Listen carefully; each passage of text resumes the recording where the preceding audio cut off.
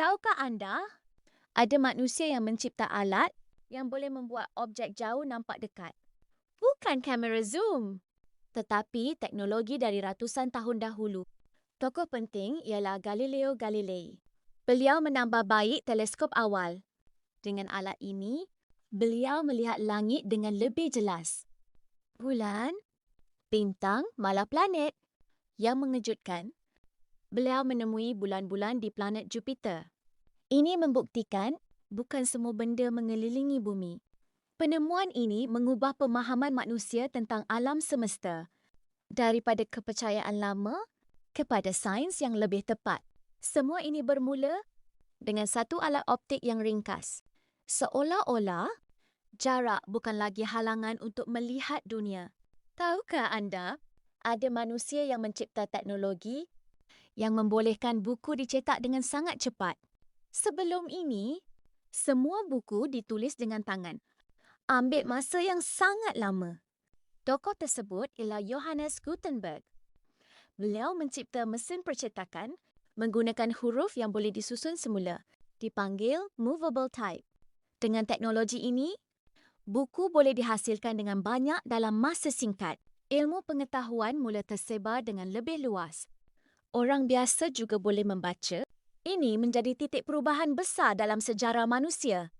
Dari ilmu yang terhad kepada dunia yang lebih berpengetahuan. Seolah-olah maklumat mula bergerak dengan lebih pantas. Tanpa teknologi ini, dunia mungkin sangat berbeza hari ini.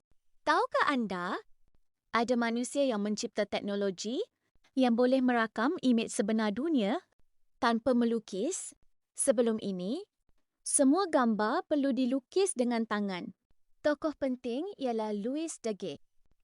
Beliau memperkenalkan teknik daguerreotype. Ia menggunakan cahaya untuk menangkap imej pada permukaan khas. Prosesnya mengambil masa, tetapi hasilnya sangat realistik. Inilah antara foto pertama dalam sejarah manusia. Tiada lukisan, tiada imajinasi, hanya realiti sebenar. Teknologi ini menjadi asas kepada kamera moden. Daripada imej hitam putih kepada gambar berwarna hari ini. Seolah-olah manusia akhirnya boleh membekukan masa. Tanpa penemuan ini, kenangan mungkin hanya tinggal dalam ingatan. Pada tahun 1977, seorang ahli astronomi bernama Jerry R. Emmons sedang meneliti data dari teleskop radio. Tiba-tiba, dia ternampak satu isyarat yang sangat luar biasa. Isyarat itu datang dari angkasa, sangat kuat, sangat jelas dan langsung tak seperti gangguan biasa. Terkejut dengan penemuan itu, dia terus menulis satu perkataan di tepi data tersebut. Wow! Sejak hari itu, isyarat itu dikenali sebagai wow signal. Apa yang membuatkan ia begitu misteri? Isyarat ini hanya muncul selama 72 saat sahaja. Dan selepas itu, ia hilang selamanya. Para saintis dari seluruh dunia cuba mengesannya semula. Mereka gunakan pelbagai teknologi. Mereka ulang kaji kawasan yang sama berkali-kali. Tapi hasilnya kosong. Tiada siapa tahu dari mana ia datang. Tiada siapa dapat buktikan apa sebenarnya puncanya. Ada yang kata ia hanya fenomena semula jadi. Tapi ada juga yang percaya ia mungkin sesuatu yang lebih besar. Sesuatu yang cuba berhubung. Persoalannya sekarang, kalau itu benar, kenapa ia berhenti? Dan yang lebih mengganggu, adakah mesej itu sebenarnya sudah dihantar dan kita lepas untuk memahaminya? Pada tahun 1959,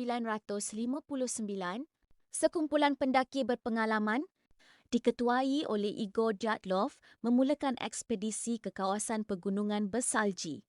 Semuanya kelihatan normal sehingga mereka tiba-tiba hilang. Beberapa minggu kemudian, pasukan penyelamat menemui khemah mereka. Apa yang pelik?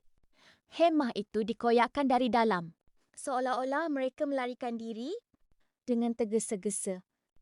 Lebih mengerikan, mayat mereka ditemui berselerak di kawasan sekitar.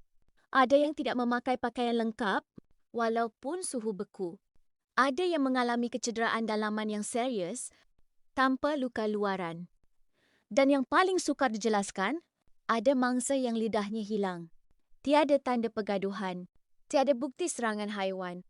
Tiada penjelasan yang benar-benar masuk akal. Kes ini dikenali sebagai Dyatlov Pass Incident. Sehingga hari ini, ia masih menjadi misteri. Apa sebenarnya yang buat mereka lari keluar dari khemah? Dalam keadaan begitu? Dan apa yang berlaku sebelum semuanya berakhir? Mungkin jawapannya ada di sana.